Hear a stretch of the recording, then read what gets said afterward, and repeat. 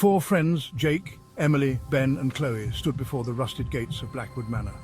A dare brought them here, spend a night in the infamous haunted house. The old house loomed, a jagged silhouette against the moonlit sky. A shiver ran down Emily's spine, a premonition of the terror that awaited. "Ready?" Jake asked, his bravado a thin veil over his own fear. The creaking gate was an ominous welcome. The air grew heavy, thick with the scent of decay and something unnameable. They entered the house, each footstep echoing in the oppressive silence. Blackwood Manor seemed to close in on them, a monstrous entity about to swallow them whole. "This was a bad idea," Ben whispered, his voice tight with fear. But there was no turning back.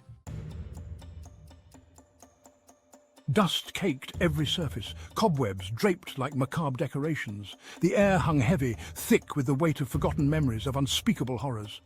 A sudden crash from upstairs shattered the silence. Emily jumped, her heart pounding against her ribs. "What was that?" Chloe asked, her voice barely a whisper. They cautiously ascended the creaking stairs, each step a testament to their growing fear. The air grew colder as they reached the landing, a palpable chill that seeped into their bones. A low moan seemed to emanate from the walls themselves, chilling them to the core. They were not alone. A flickering light drew them towards a room at the end of the hallway. The door creaked open, revealing a nursery frozen in time. A rocking horse swayed gently, its shadow dancing on the wall. "This is creepy," Jake said, his voice strained.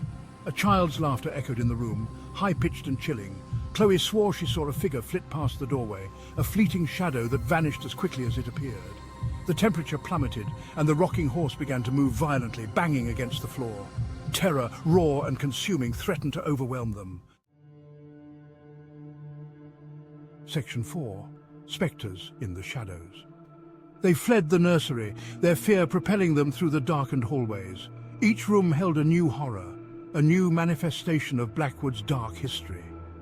In the master bedroom, a ghostly figure materialized beside the four-poster bed, its sorrowful eyes boring into Emily's. She gasped, stumbling backward. The figure raised its hand, pointing towards the attic door. Then it vanished, leaving behind an icy chill. "We have to get out of here," Ben said, his voice shaking. But Jake's curiosity had morphed into a morbid fascination. "The attic," he breathed. "I think it wants us to go to the attic." Section 5. Unmasking the Horror. The attic was shrouded in darkness, the air thick with dust and the stench of decay. As they stepped inside, the single bare bulb flickered ominously, casting long, grotesque shadows. A trunk lay open in the center of the room. Inside, a jumble of old clothes, a tarnished silver hand mirror, and a yellowed diary. As Emily reached for the diary, a blood-curdling scream pierced the air. The mirror flew across the room, shattering against the wall. Standing over them, bathed in the flickering light, was a horrifying apparition. Its eyes glowed with an eerie light, and its voice, a guttural rasp, sent chills down their spines. "You will never escape," it hissed.